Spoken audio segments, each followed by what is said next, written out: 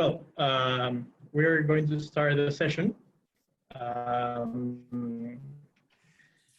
Hello, everyone. I didn't have the chance to talk to you, to the audience, I mean. Thank you, everyone, for being part of this first session of Roundtables.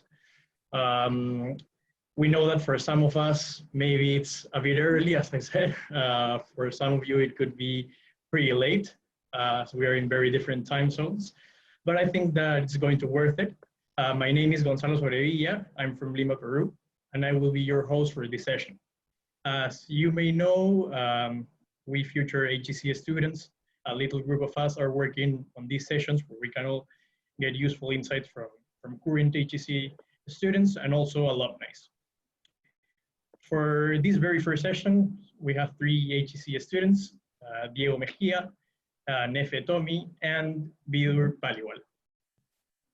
The session is going to be divided in three topics that are a walk through the MBA experience, the difficulties that COVID is bringing to the experience, and future endeavors. Of course, we will wrap it up with some of your questions, and well, I think that with no further more, we can hear from you, the panelists.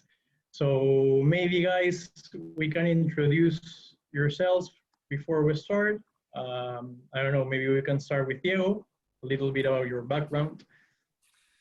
Okay, well, hello all. It's finally super excited to meet, at least by this media, to the next generation of HEC students. My name is Diego Mejia. I'm from Peru, from Lima as Gonzalo.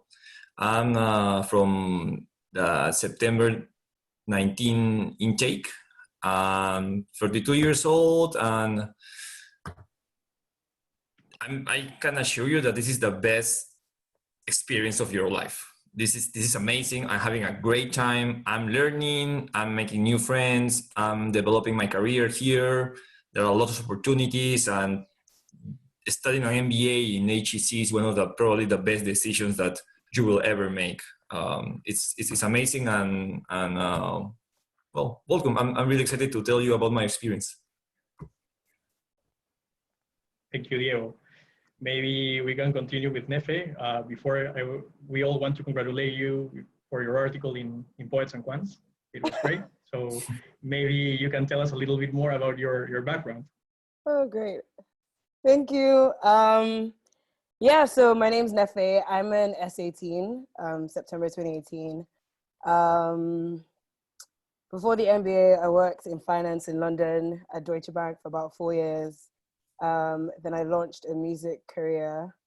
So I was singing for a bit. Then I started consulting part-time for small businesses in Nigeria. And then I moved to France for the MBA.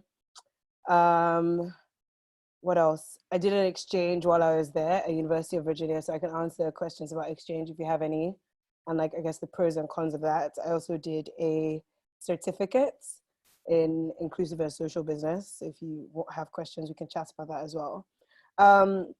Like Diego said, the MBA has been bloody phenomenal. It's been an amazing experience.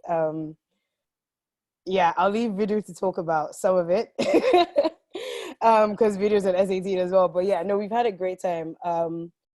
The classes have been quite good, but honestly, for me, the people, I don't know how HEC managed to get such a fantastic group of people together from such diverse backgrounds. And we talk a lot about like the cultural background. So I think our class, there are like 60 countries or something for 160 of us. But honestly, even just like the different backgrounds people have, like filmmakers and rocket scientists, and we just have so many people that every single conversation is a learning experience. And I'm not saying that to be cheesy or weird. It's genuinely true. Like you can be drinking and learn something new about life. And I definitely view the world very differently because of my classmates. So I would do the MBA again if someone would pay me or get rid of my debts. Like in a heartbeat, I wouldn't think about it twice. But yeah, that's it for me. I can chat more about like some of the clubs and stuff, competitions and stuff I got involved in if people want to know more. But yeah, over to Vidur. Thank you. Well, finally, Vidur, tell us a little bit about you. Uh, Hi, am I audible? Yeah, okay, good. So I'm Vidur. I'm also from S18, as Nefe mentioned. And yeah, I come from an engineering background. So I was a pure technical engineering person before the MBA. And as Nefe said, right, like it's a class of very diverse backgrounds, not just culturally and geographically, but like everyone. We have here a singer, we had filmmakers, we had finance guys, we had consultants. So it makes, I think that's the best part of the MBA, at least for me. Um, I feel like the biggest learnings, even in the classroom, were not based on what is actually being presented by the professor, but the discussions and the random talks you have with your peers. As far as topics go, yeah, competitions, and I was in HEC throughout my term, and any questions regarding that can be answered. Going ahead. Great. Thanks a lot, guys. Thanks a lot for your time. And well, to start, as I said, the first topic is a walk through the MBA experience. So maybe we can start with Nefe. So Nefe, tell us a little bit about the program, clubs that you join, treks of housing. Tell us a little bit about all. Firstly, I just realized there are almost 70 people on this call. So, wow, guys, that's impressive. We definitely did not do this in our time. So, I'm impressed, and congrats on everyone for getting it. It's not easy, so well done. Yes, it's great that there's so many people. God 70 damn. people. I thought, like, I was just looking at the one page and then I saw 68. And I was like, crap. Okay, and I can also see this is being recorded, so I will be on my best behavior. Okay, so walk through the MBA. I think one thing you need to be mentally prepared for, I would almost say, is being overwhelmed, because the first week especially, they throw everything at you. And depending on the kind of individual you are, I'm someone that likes to do everything. So literally I was like, oh my God, there's this club and that club, and like there are 1,001 things to join. And I think it's just very good. I spoke to an alumni before I went, and she advised me to make a list, like reread my application and like make a list of the things that I really, really want to achieve from the MBA. It can be like specific things or 3 like general themes. And anytime I felt overwhelmed or torn between what options I had or like what decisions I wanted to make, I always kind of went back to that. I'm like, does this fit into what I wanted to do when I got here? And if it does, then I'll push myself to do it or not. For me, honestly, one of my key things was this is my last opportunity to be a student again. So I went in, I drank a lot, I said yes to everything, and I had a great time. Sorry, I'm reading the comments at the side. Thank you. So at the beginning, there'll be a club fair where you can get to know like what all the different clubs do. I would say you can just sign up to the mailing list to get an idea of what they do. Go for the fair itself to listen to them. And generally, as time goes on, you would find a club that draws your attention a lot more than the others. So there's some that you'd be more active participants for. There's some that you just occasionally attend some of the events. And that's perfectly fine. You also don't need to go for the ones that are just interested in your career path. I know a lot of us ended up trying out new things. Like I had nothing in healthcare before, and then I heard about like a healthcare competition, and like that piqued my interest. And like, so you can have tunnel vision, and if you're one of those people that you know exactly what you want from the MBA, you want to go into consulting, you want to be the president of the consulting club, and that's all you want, then sure, go for it.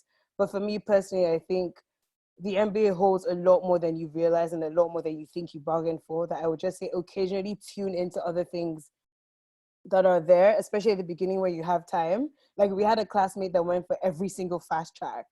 So fast tracks are normally he went for every single one. So fast tracks are normally like the key industries. So finance, consulting, luxury, marketing, and I think there was one more.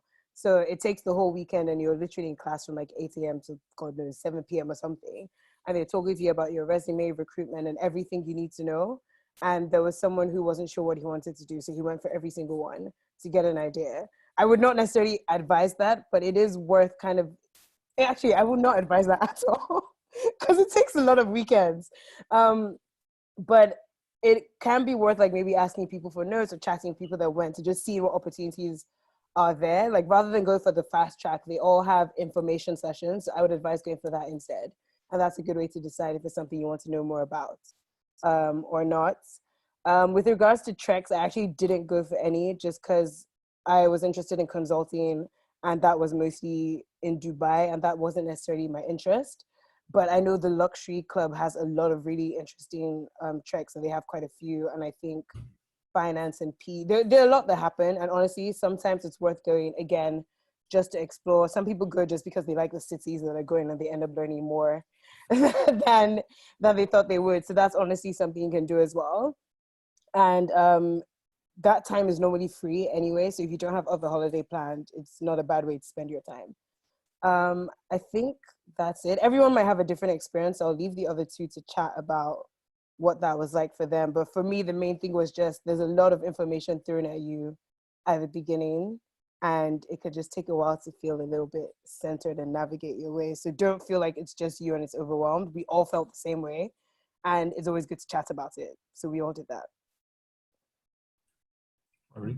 Okay, thanks a lot. I don't know, guys, if you want to add something of your own, maybe. If just complementing what Nefe said, you will arrive here and you will be exposed to a lot of activities, a lot of experiences, a lot of information. And trust me, you will love to do everything, but you won't. Yeah, that there's not enough time to do everything. So what other advice is that I can give you is that when you come here, just try to focus on what you're interested to, like really interested. And from then on, start working on it. Like I know friends that they were in that core team of more than one club, or just leading some extracurricular activities, or just developing activities for all of us. And they didn't have life. They were like classes plus clubs plus extracurriculars plus going to Paris. So it's gonna be a little bit overwhelming, fun at the same time. But my advice is that you will have many things to do here. If you love marketing, you will go to marketing, and if you like marketing, probably you also will like entertainment. You will go to entertainment, and you will think about going to the gym to fund a dance class, or to go and build a basketball team for the MBA Olympics, and to go into a case competition. So you will want to do everything. So my advice is that just focus on what really interested you and invest your time there, because you need to enjoy your MBA and not be a slave of your MBA. And one more point that I can tell you is that don't think that the MBA is 100% related to studies, or to go to classes, or to get the maximum possible grades. Yeah, that's a really good part of the MBA, of course, because it will shape you. It will give you the opportunities to learn something new, to exchange with your peers. But one very important part of the MBA experience is the extracurricular activities. Like, think you're gonna be in Paris. Give yourself some free time to go and know Paris. Go yourself some free time to go and make a short trip to some place in France. Just keep in mind that if you come here, yes, you're going to study a lot, but also give yourself some time to enjoy the other part of the MBA. Going out with your friends to have a picnic in front of the Eiffel Tower, or just go to Versailles to have a coffee in one of those bars, something like that. So what I'm trying to say is that my main advice is that just be really wise in deciding what to do with your time, because you will like to do everything. So what I did was I split my time between studies, job search, and personal activities, personal/social activities, and it worked for me really, really well. So yeah, that's what I can tell you. And well, getting back to Nefe, if you could go back before starting the MBA, what would you have done for, or if there's maybe anything that you would have done different? All right, that cut out for a second. If I could go back before the MBA, what would I do different? Is that what you said? Yeah. Yes, that's the question. If you're right before starting, if there's anything that you would change, I don't know. Whew. I hate these questions. Honestly, not much. Yeah. Just because, so I went traveling, so I traveled quite a lot. I think I went to like 11 countries. I was all over the place just before the MBA started. So maybe I would have cut that back a little bit and had more money to spend during the MBA. That's literally the only thing I can think of. Because I think I almost forgot that I wasn't going to earn money for 2 years and I went a bit too crazy. But no, other than that, I mean, you guys are all here, so I'm sure you already have like a WhatsApp group where you all communicate. And I think I joined ours a little bit late just because I had a bit of drama where I accepted and deferred. So I was a J19 and then moved back to S18 and stuff. So I didn't join the group right away. But I think that's a really good way to kind of get to know people beforehand.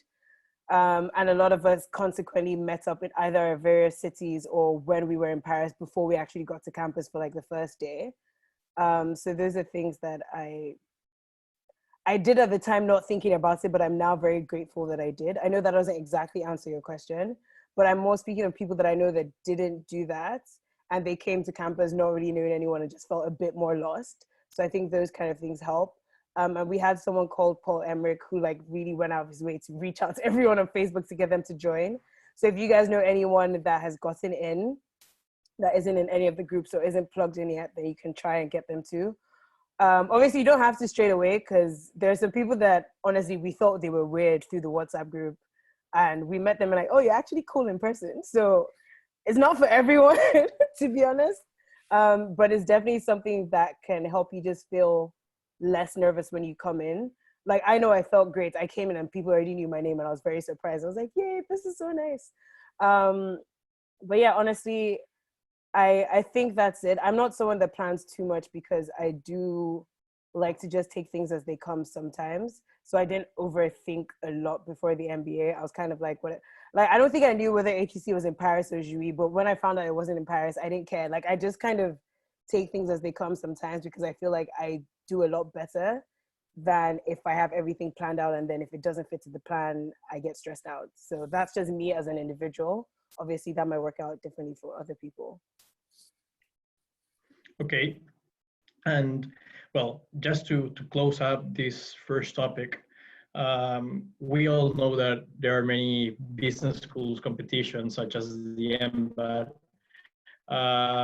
Anyone that you recommend that we must participate, of course, without overdoing? I don't know, what's your opinion? MBAT, you gotta bring that cup back. MBAT, 100%. So sorry, Diego wouldn't, unfortunately is missing out. If you can go back next year, go for it. I'll talk a little bit about MBAT, but Vidur has also taken part in some interesting competitions. So I feel like you should talk about that as well. Okay. So MBAT, I think most of you guys know this, MBA tournaments, 100% recommend. It's like basically the Olympics. And I feel like there's something for everyone. There's like pétanque if you're not too sporty. Obviously they have all the other big sports like track, tennis. There's now paintball. There's ultimate frisbee. There's a dancing competition at night. There's battle of the bands. There's something like there's things happening. I overdid it because I was on the core committee, so I was an events director. Meaning I had to be up at 6 a.m. every day to prepare breakfast. To get breakfast ready. I wasn't preparing it, so I was just setting up. I was also on the tennis team, basketball team. I was Battle of the organizing Bands. Battle of the Bands and something else. And I was choreographing for the dance competition as well. And then I was planning the gala. I did not sleep for more than 3 hours for a very long time. And the next day, I could not speak. My voice was gone. I was in pain. I was in a knee brace for like 2 more weeks. It was ridiculous. But that's the kind of person I am. And I loved it. And I would do it again, knowing that I'll be sick again. It's fine. But obviously, you don't need to do all of that. But I think it's just such a unique environment to be in. You have all these different schools and you get to feel the HEC pride. So even if you're just a volunteer, like we had some people that were just helping drive instruments of people around campus. Some people were cheerleading, people did sports, people did scoreboards, people cleared up. It's such a good time to feel that community. And honestly, if you have any plans for that, we can cancel it and make sure you go. Like all of us are even we're planning on coming back for the one in May. And you get that every year where alumni come back for MBAs because it's just that good. So I would say that, and the training with the French army, it's basically compulsory. Some people try to get out of it. I don't think you should. It really pushes you out of your comfort zone in a way that you don't expect. And I will 100% recommend that as well. Okay, thanks a lot. Vidur, if you want to add something, maybe. Yeah, I will again reiterate MBAT a lot. I mean, it's just that it's not only about the sports and stuff, but it's a huge networking opportunity because you're meeting with MBA, the same class of MBA from different schools. And surprisingly, the internship I'm doing right now, I landed because of an SDA Bocconi MBA student whom I met at MBAT. So it's like, it's a huge net, like you meet people from all across Europe and it's great. Again, sincere, don't back out of that. As far as you'll have all throughout this competitions happening all the time. The clubs will be informing you about the competitions all the time. There were the consulting, of course, because it's a business school and consulting is like a big thing in every business school. And there's a lot of consulting case competitions being thrown at you. So in those, again, it's all about your own preference, what kind of competitions you want to take part in, what you don't want to take part in. So you have to make that call. Like no one likes operations and supply chain usually, but I wanted to give that a shot. So MIT had that, what is it called? Littlefield, Nefe? Yeah, Littlefield. Yeah, so MIT has this Littlefield competition and I basically reached out to my batch and said, hey, MIT has this Littlefield competition, want to take part? There were people interested. We took part in that completely. And again, the healthcare competition. So you'll have quite a few all across this place, all across the world, right from, I think, Nefe, you went to HKUST? Hong Kong, yeah. Yeah. For 2 days. I went to Bocconi, and Nefe went to HKUST. People went to LBS and stuff. So it's always, there's a lot of opportunities. It's about understanding how much time you can put in and, balancing what's important for you. That's great. That's good to know and sounds really exciting. Well, just to keep on time, let's go on to our next topic. So I'm going to ask Diego maybe to tell us a little bit. Gonzalo, sorry to cut you there. There's questions on the chat about housing. So I don't know if we should address that here. Yes, we thought that maybe we can cover these 3 topics. And okay. We are going to check the chat and further questions. Okay, sure. We already received like 20 questions, and we are going to ask you at the end of the session. There's a Q&A part at the end, so don't worry, guys. We're going to try to cover most of your questions.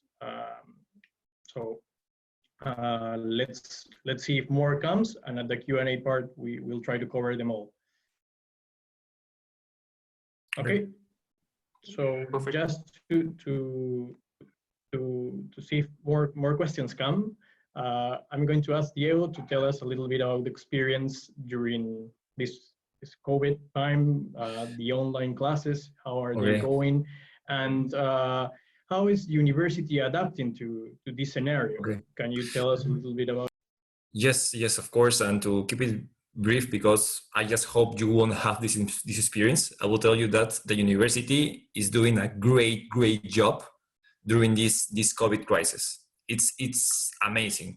The first thing they did was to give all the students that wanted to leave the country to their homelands free transportation to the airport, free transportation to a train, all the media as possible for make that journey easier for them. They even contacted the students with the embassies, with the travel agencies.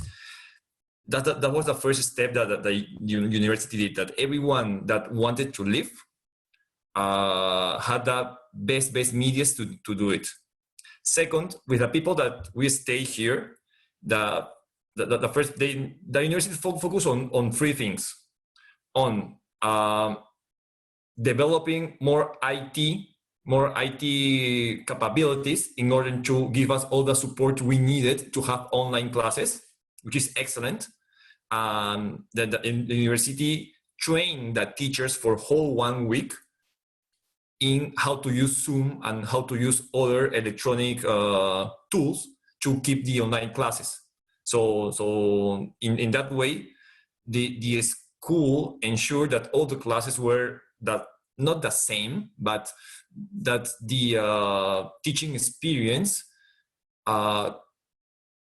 was really good. Like, we don't have any complaints about having online classes.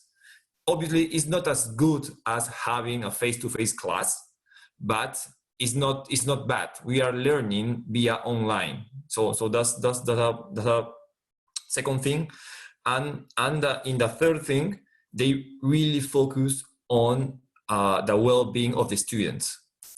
They have brought a psychologist. They have developed a team made by students to take care of each other students. We have support groups that basically we are just friends of each other's in small groups, and we have dinner together just by 2 people per room. Obviously, they have developed for people that presented symptoms of COVID. We don't have like confirmed cases, but people that had symptoms, they built a team to help them in doing groceries, in taking out the trash, in going to the mailbox, and etc. The role that the HEC have had during this crisis was amazing. We are not suffering here. We are just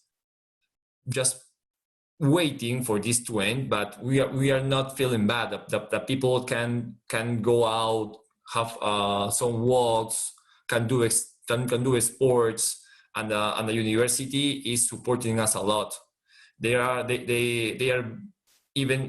like doing several activities. Like they brought some CrossFit trainers to teach us how to do CrossFits, and we all did CrossFit in our balconies.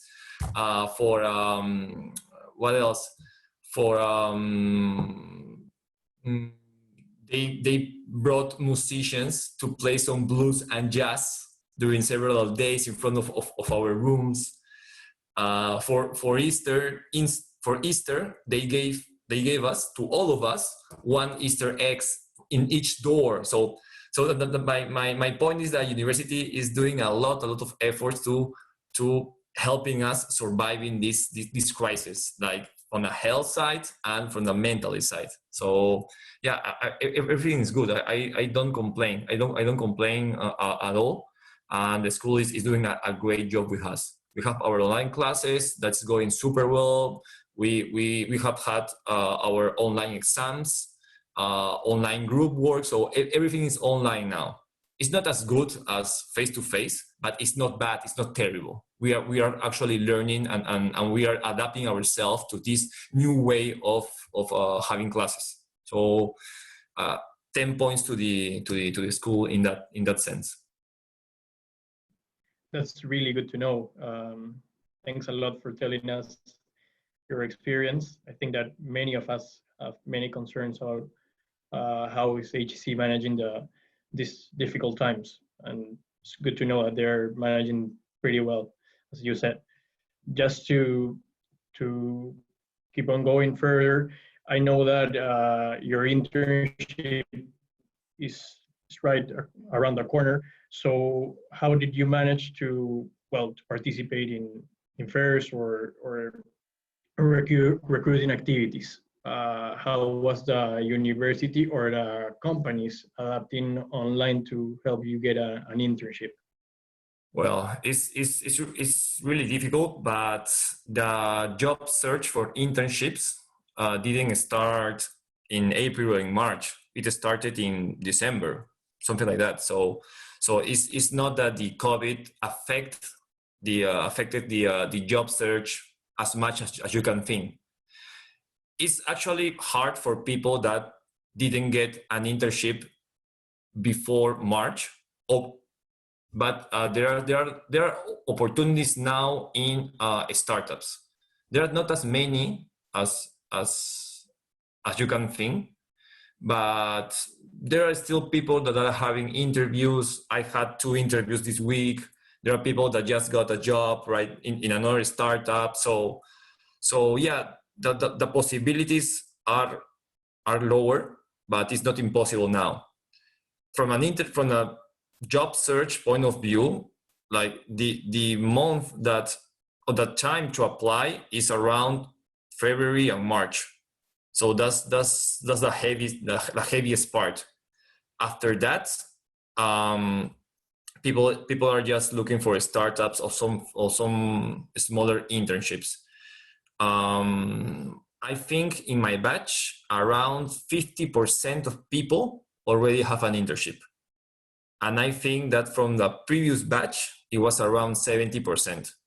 That's according to HEC statistics. So there are opportunities, but for some people, it's getting really, really, really hard. No? You know that there are like visa issues, and also there are language barriers that sometimes it make it difficult to get an internship. Well, I don't know if Nefe and Vidur can complement from their experiences. Yeah, I want to add something quickly about internships. So yeah, firstly, a lot of I would say like mainstream things like Deloitte, Bain, and all of those, you need to start prepping in like November, December, then apply December, January. But what I would say is I think by January, maybe less than 10% of my class had internships at the time. A lot of these things pop up very randomly. Some people were already prepared to go on holiday and then they got internships and had to start canceling last minute because they happen in the most random ways. Like I got mine through, there was an Africa Business Day and I moderated a panel and I met some people there, bumped into her in a bar in Paris. And I just ended one of the people that were on the panel. And then I just ended up talking about my plans. And then next thing she added me on LinkedIn, asked for my CV. The deputy CEO happened to be on campus. We had a coffee chat. I got the internship. Like it looks different for different people. And it's very easy to get overwhelmed, especially if you have friends in the US schools who get their internships very, very early on. You can be like, what the hell is HEC doing? This doesn't make any sense. And people get very, very stressed out. But it's usually through informal means that people got a lot of their internships, a lot of alumni help. Like Diego said, there are lots of startups as well. And things end up coming in a lot later down the line. Another thing I'll say is that a lot of internships in Paris are actually 6 months long. If you're lucky, you can negotiate for 5 to 4 months. I was lucky because I was on a project as opposed to an internship program, which is why I had just like the 10 weeks. So we can talk more about that, how you can like be flexible with your program, push some electives, do some online, blah, blah, blah. But another thing that a lot of people actually did was they used the summer to study French, and that put them in a better position to actually apply for more jobs in France. So if that's something you want to do, it's worth thinking about because the school is flexible enough that you can actually end up doing your internship. Like you guys are all S20, you can end up doing your internship like January after you're done, and you do it January to June. You still walk with your classmates for your graduation in June, but then you get your diploma later just so you can finish your internship. So like, don't get stressed out if you don't have something by the end of term one, because A, you might get something last minute, you don't realize. B, you have the next year to do one. Like Vidur, you're doing an internship now, no? Yeah. You don't, yeah.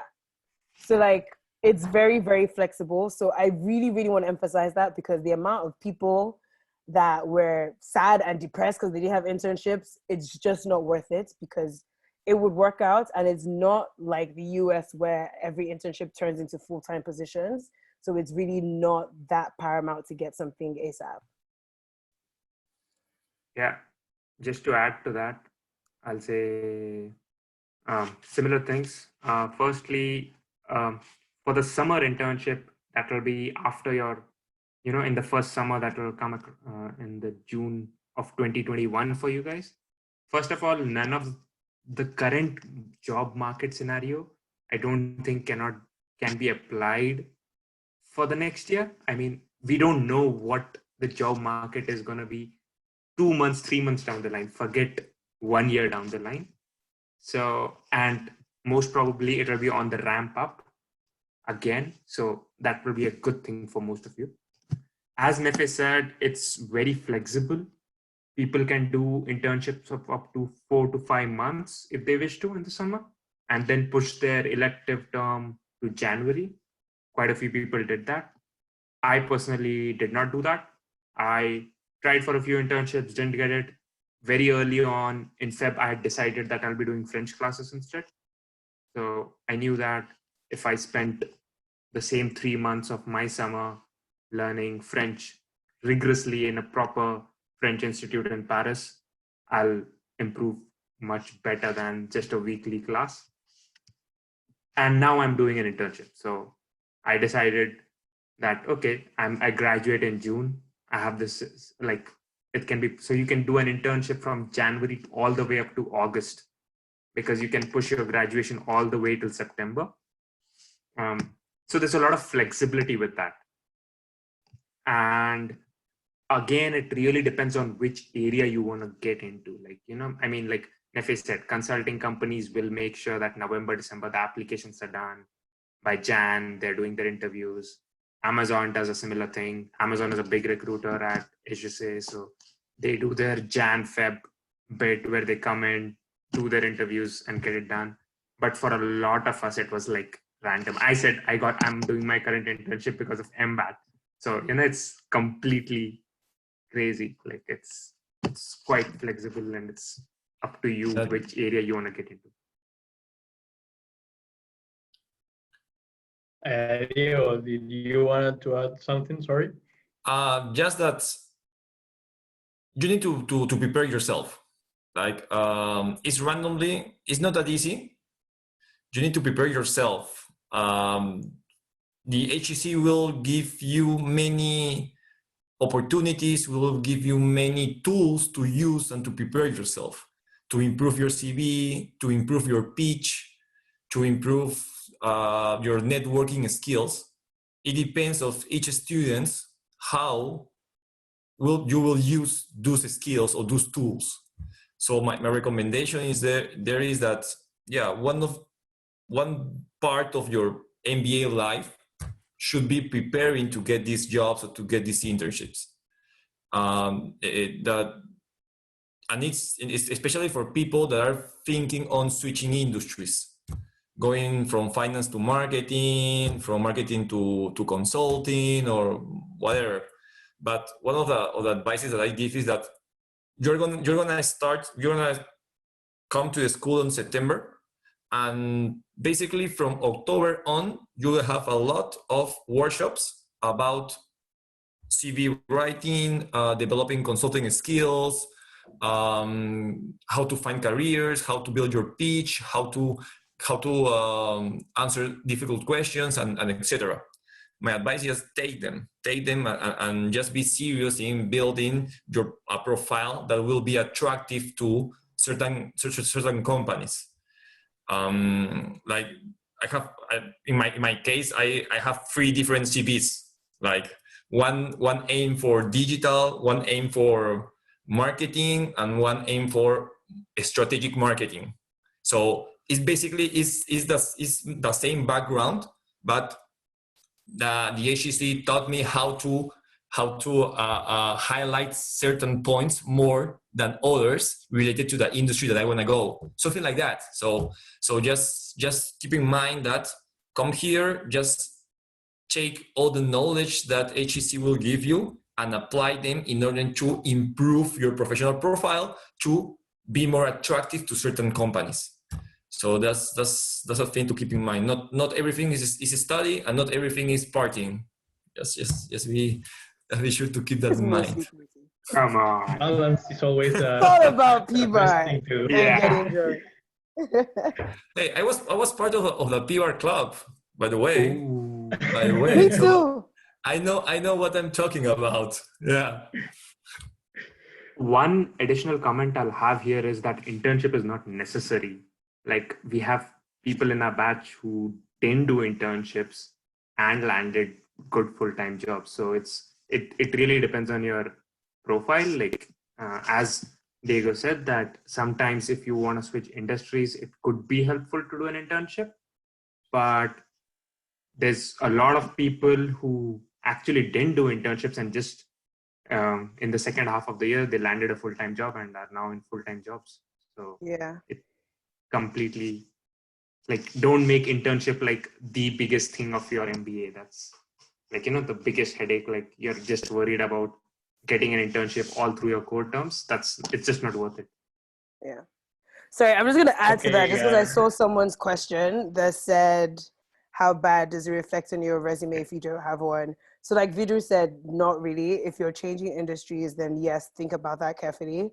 I would also say, depending on the country you're going to, if you're planning on applying to the US, then it matters. Because when I went to Darden, the first thing everyone asked me, where did you work over the summer? And I was like, oh my God, thank God I did work, because I don't know how I'll start explaining, oh, things work differently here and you don't really need to do an internship.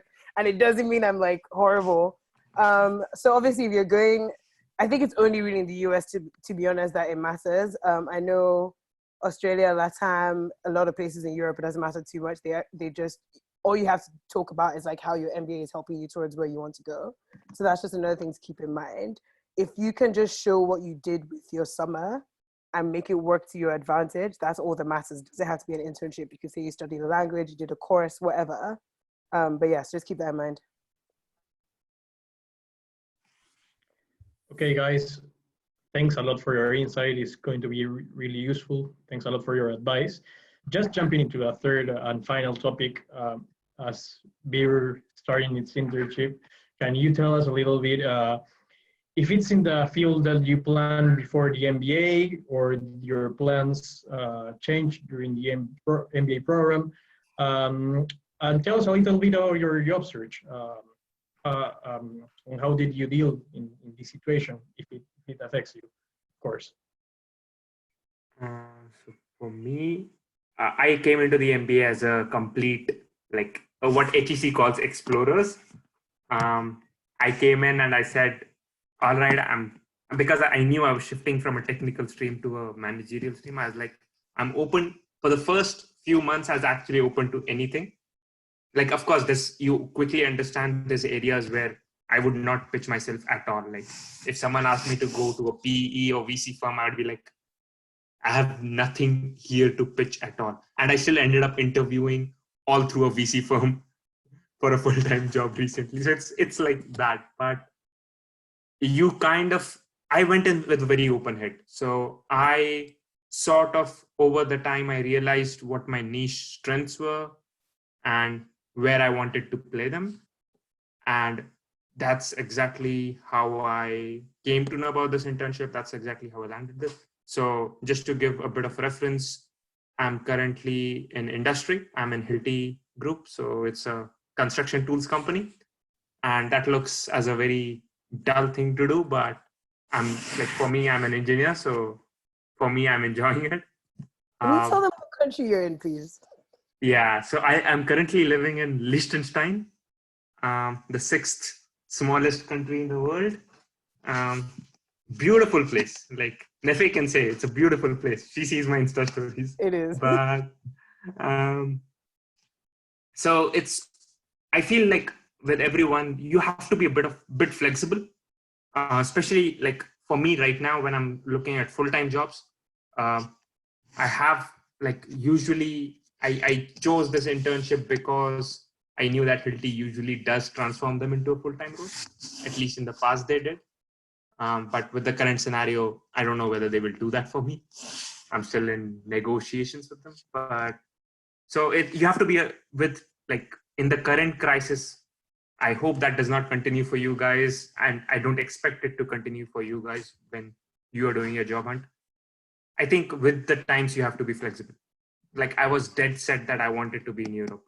That was like one of my primary things that I will not look. I did not till I think this month, like till April. I don't think I've applied for a single job outside Europe. I've not even applied in UK. Like I don't even consider UK as Europe anymore. I'm like, nah. So I was only applying within Europe. Of course, France quite a bit because I worked a lot on my French, and I could pitch that. But yeah, now I have to be flexible. I realize that the job market is not the same. So one has to be a bit more flexible. And UK is suddenly in for me. So yeah. Okay, and you mentioned a little bit about your regional job search. Something that worries us as international students is how challenging can it be to find a job post MBA in Europe? How do you It's seek tough. for opportunity? I'll be very honest. It's tough. Language requirements are a big thing in Europe. Like if you're applying for a job in France, unless like I'll say for 90 to 95% of jobs, they will ask you for at least C1 French. Same if you apply for a job in Spain, you will be expected Spanish, Italy, Italian, Germany. Germany is a bit more flexible. With Germany, there are jobs that are English speaking, but again, it depends on industry. Like if you want to be in consulting, no, you need German. But if you want to be in a regular, maybe automobile industry interests you, it's possible. The northern countries in Europe are much easier language-wise. So I know Netherlands is a crowd favorite at HEC. There's a lot of treks to Amsterdam because the city is nice and there's a lot of English-speaking jobs. I went on 2 treks to Amsterdam. One with the industry club, one with the consulting club. So it's that's a big job market which is English speaking. Then there's of course UK, but with UK again, the visa thing becomes an issue sometimes. So I won't say it's very easy, but at the same time, if you build your right connection, like you have to know what it is. And once you come to HEC, you will know it. Like you instantly, like if someone names a company to me, I know right now in my head whether they do sponsor visas or not, like, you know, at least in my sector. So it's just that level of knowledge that you'll gain through multiple campus events and speaking with alumni, speaking with HRs over LinkedIn and stuff like that. Okay, Vidur. Thanks a lot for your input. And just to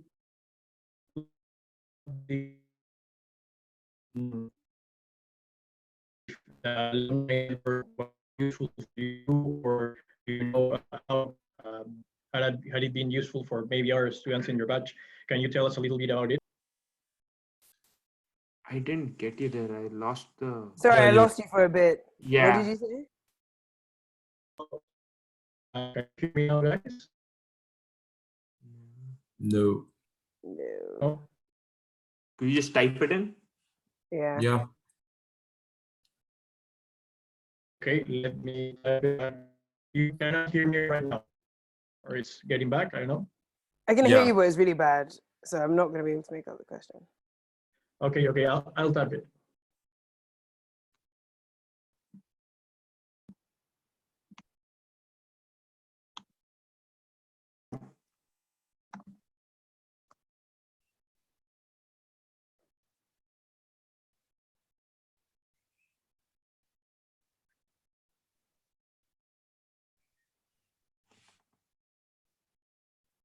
Did you? I just, Yeah, there's something with your internet connection right now.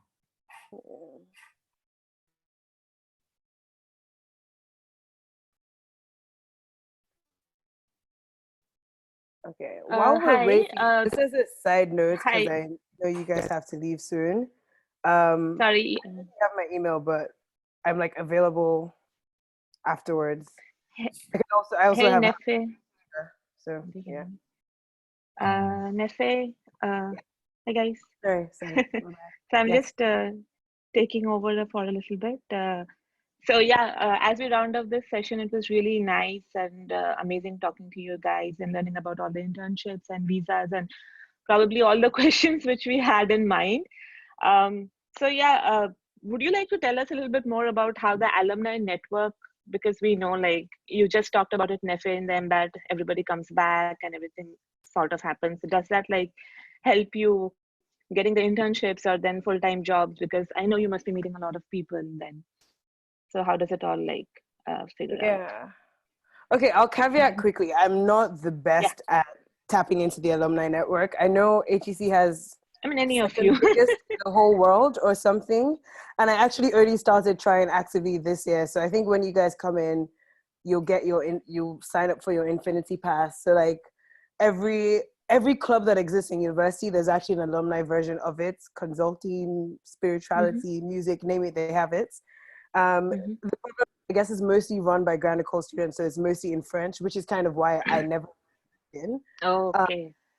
But the MBA network is actively trying to get stronger. And what would happen is it's a bit organic, in that you would get an email being like, oh, an alumni has the ability to hire for this company, send in your resumes. That happens a lot through WhatsApp and email. I know a bunch of people that are working at, I think, a startup called Vibe now, because they literally had 7 roles open and they sent it out and they were willing to fill it with all, I should say, people. So that's like a big way that it works. But honestly, firstly, they're trying to integrate the MBA and the rest of the school a lot more now. And I went for the Paris chapter version of the alumni network, and they're also trying to appeal to more of the English speakers, which essentially is now the MBA and the executive MBA group, and some of the international students in the Grand École. So that's a network that is massive, and they are constantly trying to actually make it more integrative. They're working with the MBA Council as well, and doing just a lot more to plug into that network. But there isn't like a set stream necessarily. I would just say sign up when you're giving your access, and then just reach out to people randomly that way. They started something called, I should say, Pulse, I think, where you can try and find a mentor. So you fill a profile, and then they will actually recommend some people for you to talk to. So I just reached out to the first person that popped up, and I went to her office, met her for coffee. She took my resume, and I had a couple of interviews with them as well. So I would just say use those platforms for now. The school is trying to make it like bigger and better, and this is a very great time for you guys to come in and plug into that. Nice to hear about that. And do you have Guys, like I think I'm back. I don't know if you can hear me. Gonzalez? Yeah, we can hear you. Yeah. Okay. Whoa. Sorry about that. Nope, it's gone again. Nope. I know that we're running out of time. I just want to close it with a couple of questions from the audience.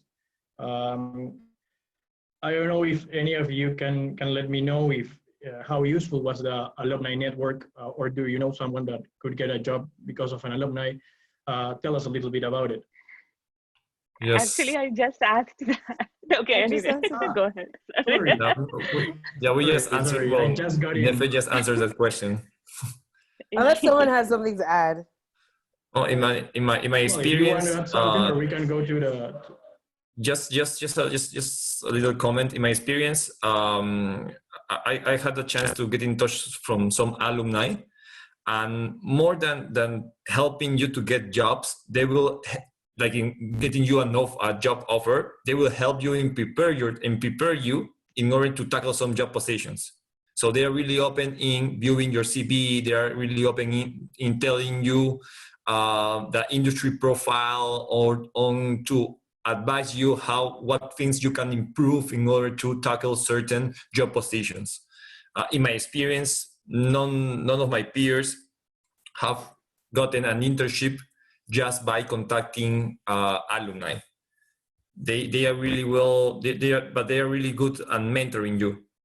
They can like they're really open to talk with you, to discuss about the industry, to discuss about your CV and your and which capabilities you need to develop in order to succeed in certain applications. That's from my experience. Okay, thanks a lot. Sorry for re-asking the question. I'm gonna go to the next one. We heard that HEC is really strong in entrepreneurship. So I don't know if any of you have interaction with them, and tell us a little bit how the university helps with entrepreneurship. So HEC has a complete specialization for it's I'll be very honest here by saying it's one of the most time-consuming specialization. It's a lot of effort. You have 8 AM classes pretty much all throughout, even during your specialization phase. It's a very selective specialization. They take only 15 or 16 people, and you have to really pitch yourself as to why you have to be taken into that specialization. Beyond that, I feel it's just a good community. So students bounce ideas off each other. And I know like one of our batchmates, he was very keen on green energy. And so he kept bouncing off ideas with people who were in the energy sector or the relevant industries. And I think he's still working on that idea. So, it's about using the network, and it's up to you how much you want to use the friends and the alumni network. It's all up to the individual. Yeah. There's also HEC IDEA, so innovation, design, entrepreneurship, and acceleration. And I can't remember what events I went for, and I signed up to their mailing list. So occasionally they have like slots where you can speak to professors. So I think I used those twice where I pitched my idea to them. And I was like, this is what I'm thinking of. Can you give me advice on my revenue model or whatever? And sometimes they get external people as well. So the last one, they actually got someone who works in, I can't remember the name of his VC fund, but he was actually saying the kind of things that he looks out for. So you pitch your idea and he's like, this is why I would go for you. This is why I wouldn't. These are the things I want to know. So it's, again, there are multiple facets as well within like the MBA community, which is usually through the specialization and the wider school. So that's something that if you're interested in, you need to say from the beginning so you can start building your network. Because I know some of you read the pros and cons thing, but it was a network that I tapped into quite late. Because honestly, I just didn't really know about it and I was consumed by everything else. But if it's something you're interested in, then plug yourself in right away. HEC has a relationship with Stationef. They have like incubator competition, so you can pitch yourself, and all of those things exist. You just need to know that it's happening to put yourself forward for it. Okay. Well, thanks a lot. I know that many of us are interested in entrepreneurship, so of course we want to take advantages of these tools. I know that we're running out of time. Maybe guys, I just want to I can't hear. I don't know if we are losing you again, Gonzalo.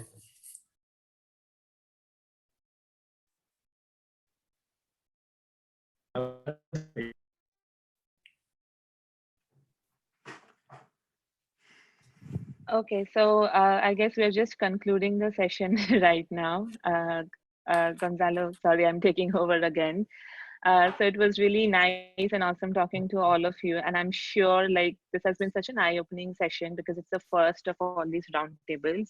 And we all really hope that someday we all actually get to connect in person as well.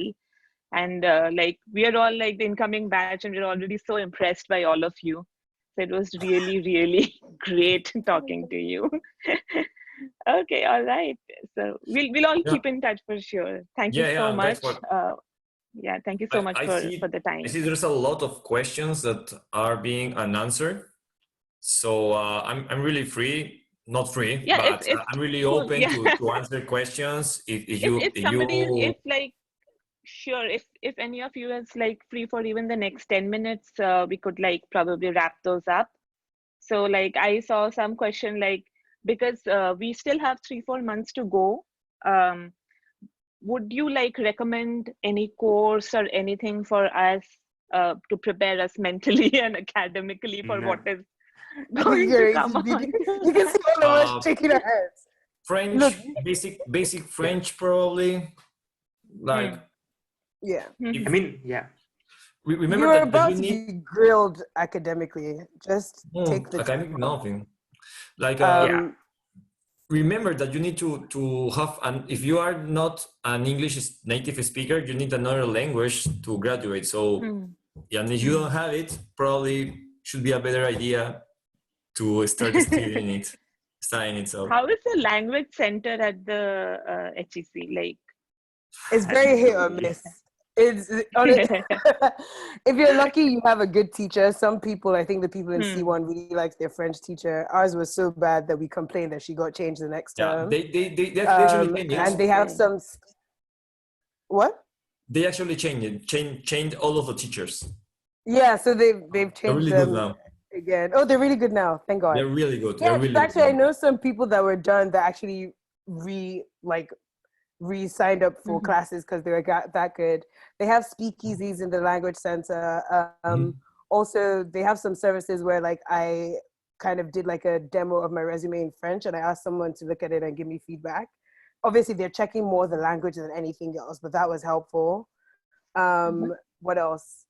You can also so do they have like a language proficiency test for like any of they'll like send you my all of native that. language They or have something? TEF and DELF. Okay. I think Yes.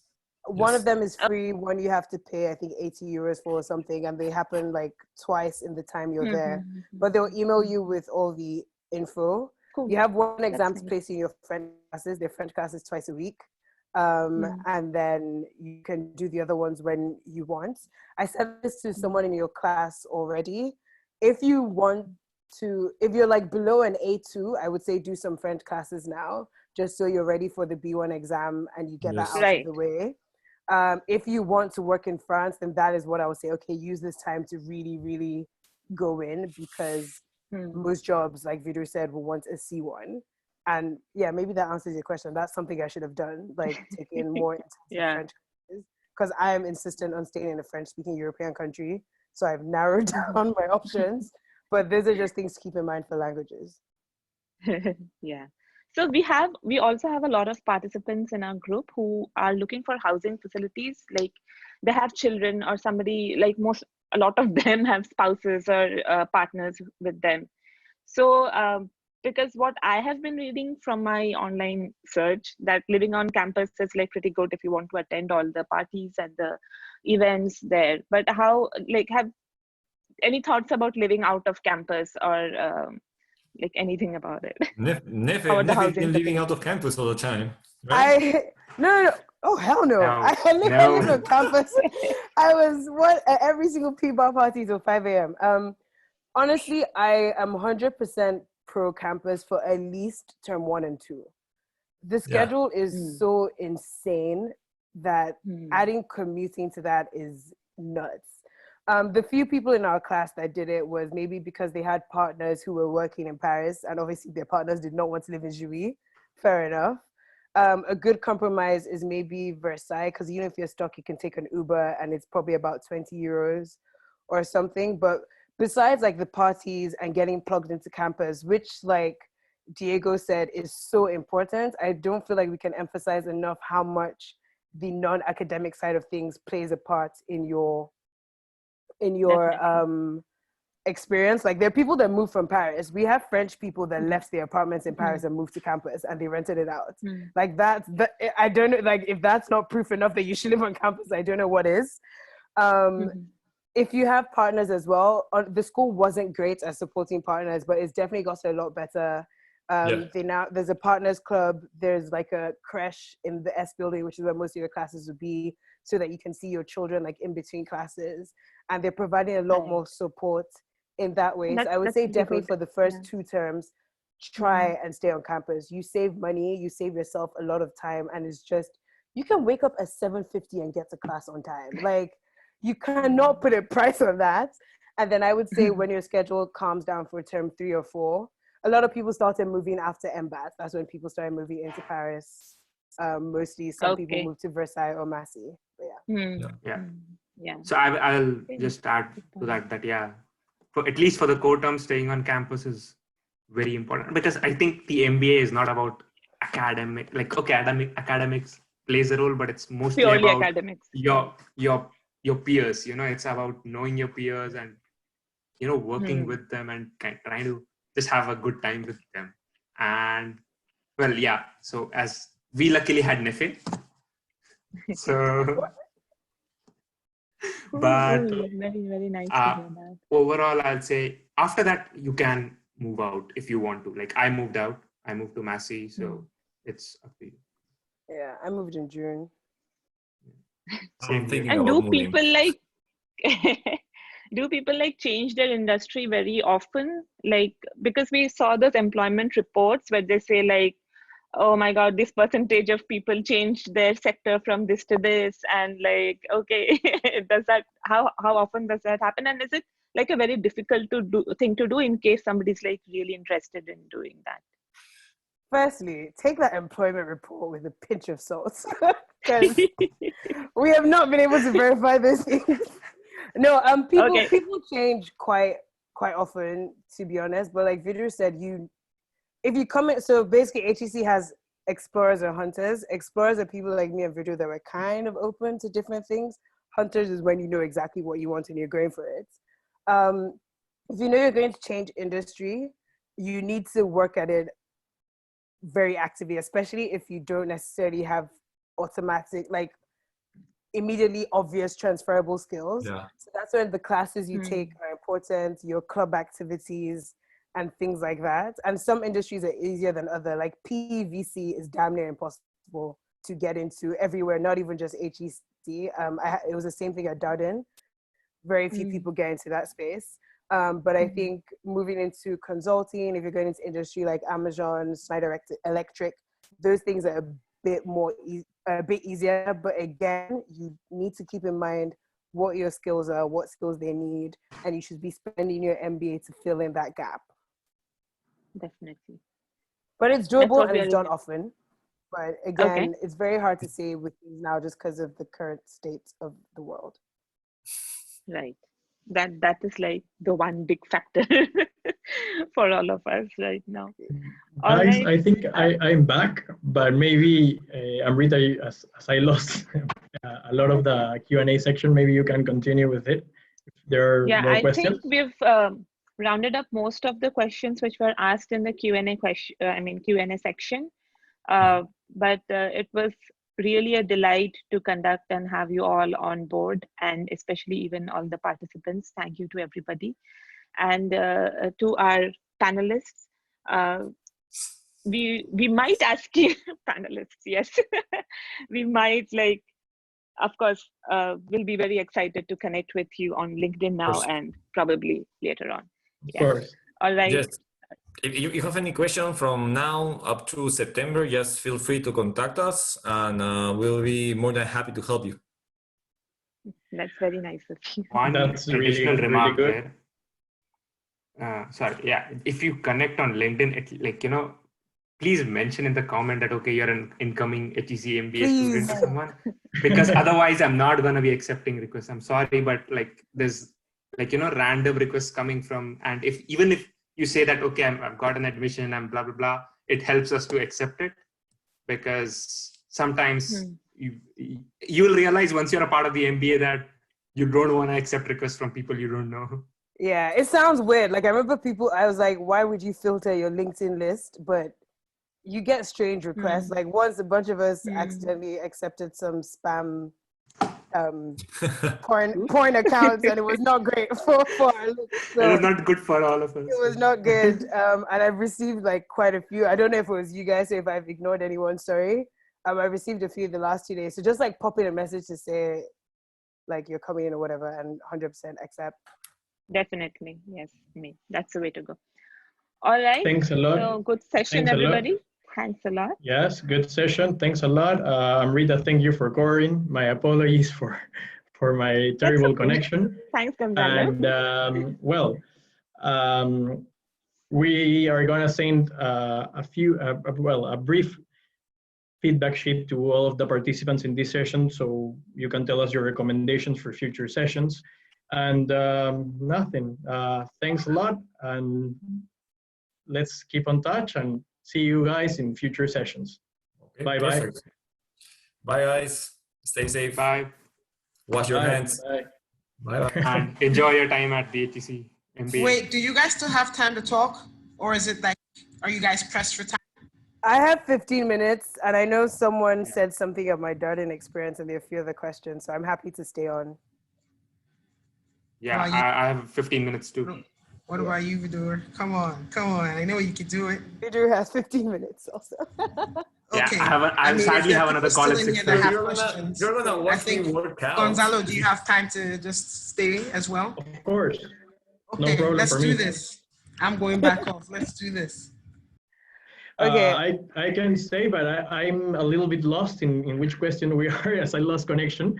So Tolu, if you I think Nefe, you keep can going, take up or the Amrita international maybe? exchange part.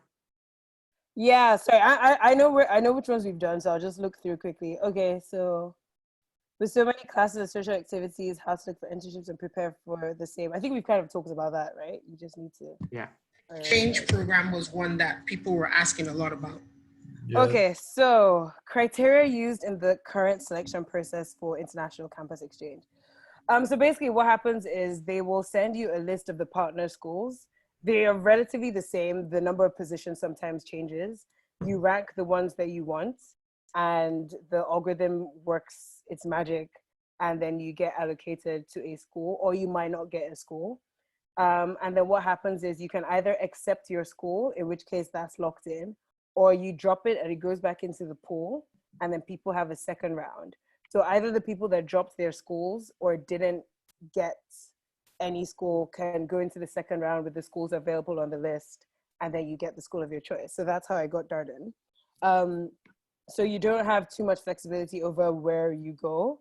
What I did, I think there were like 40 schools, and I think I put like 20 on my list because I wanted to have some kind of control in where I ended up, and I was mostly focused on a bunch of the US schools, and if I didn't do that, then I had some of the Asia schools on my list.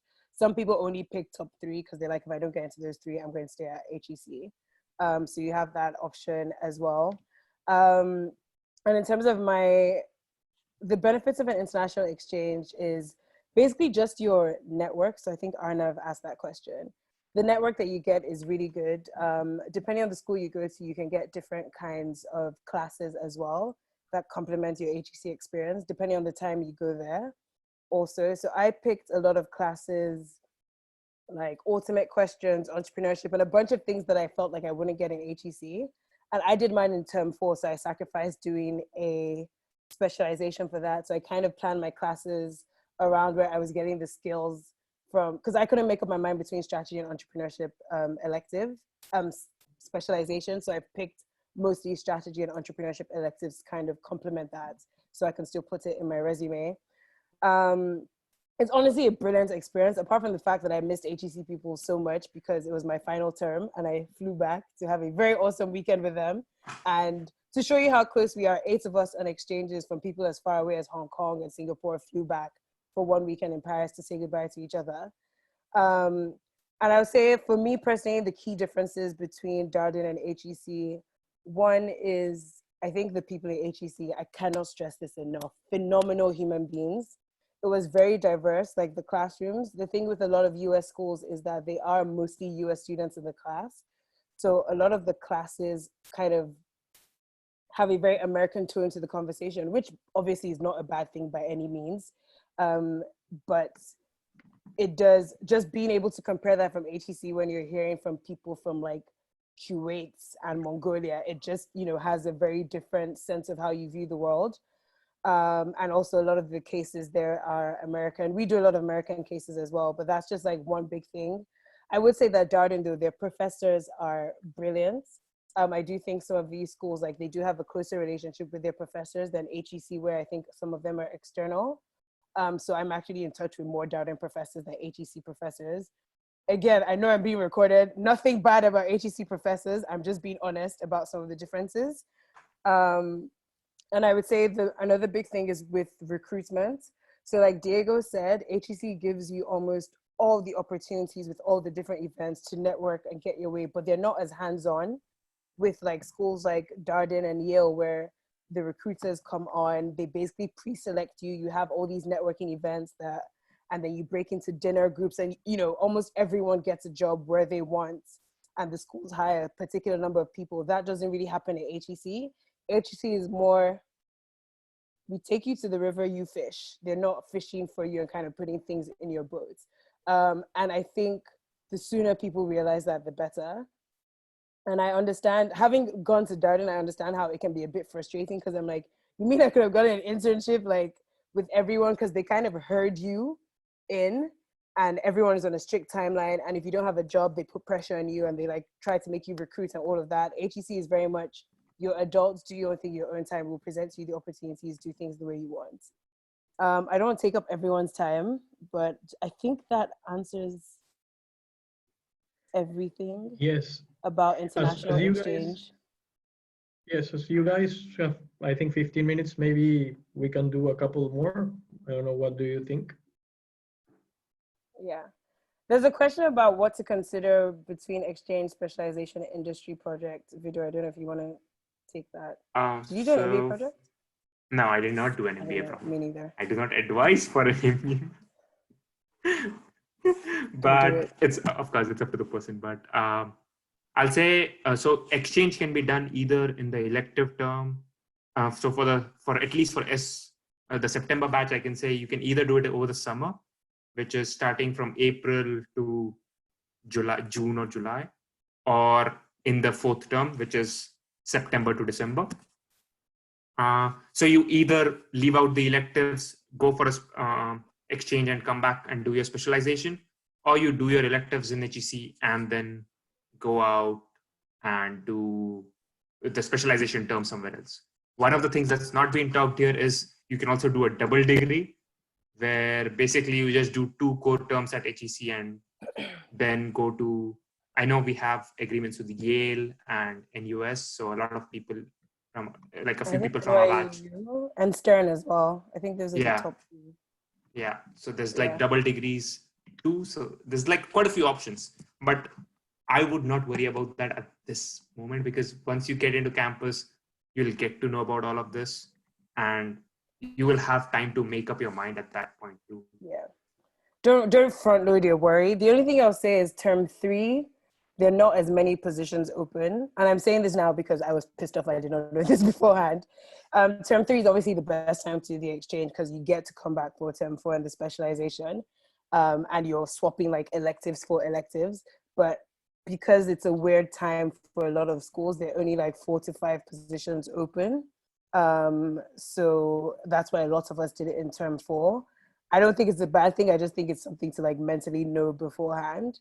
And also term 3 is when MBAT and Sancerre, which is the leadership training with the French army, happen. And honestly, those are things you don't want to miss. Again, some people flew back from their exchanges. Someone came back from Chicago and somewhere else. All the US ones came back, actually. I think. All the people in the US came back for MBAT. So yeah.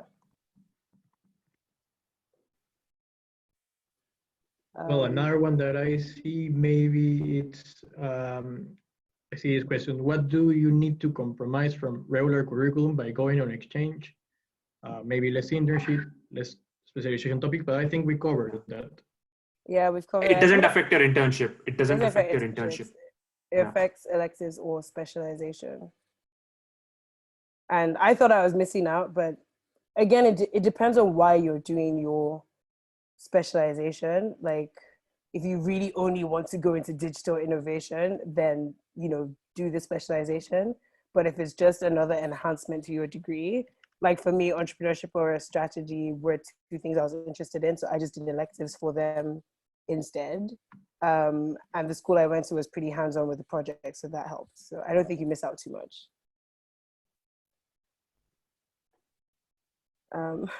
Someone said, I saw a lot of photos with guys wearing tuxes and galas receptions on the Insta? Is he expected to have one? No. We like to dress fancy when we can, but honestly, you don't need. You can get away without it. Maybe Maybe, we were our hoodies. That's it. yeah, get a tie. Integration weekend, MBAC gala, and maybe the like alumni gala. Have a tie and a bow tie, and you should be good. Well, I've seen many questions about housing. Can you tell us? I know We that covered housing said, quite well. We covered housing. But what Yes, what is yes. specific about housing? The cost, the living cost, how are the rooms, something like that, or what was the specific questions? I haven't seen the specific ones. Yes, I heard that you cover pretty well the options outside campus and also in campus. How bad is it? Can you tell us? There's a specific one. Someone asked Expansial. How bad is it? Well, Expansial is I don't think amazing. Expansial. No, but Expansial actually is not that bad. It's not that bad. Expansial. It's not that bad. You just need to get used to it. But it depends. Like I can show you my room really quickly. If you can see it, this is like a regular B building room. Just the entrance, the kitchen, the bed, and that's it. The only difference between B building and Expansial is that Expansial is a little bit bigger, but you won't have a kitchen there.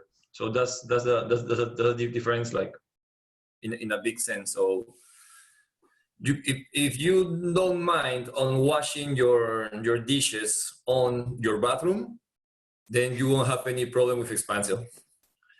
But if you mind doing that, then you should better go with B, and that's it. That's it. It's not awesome.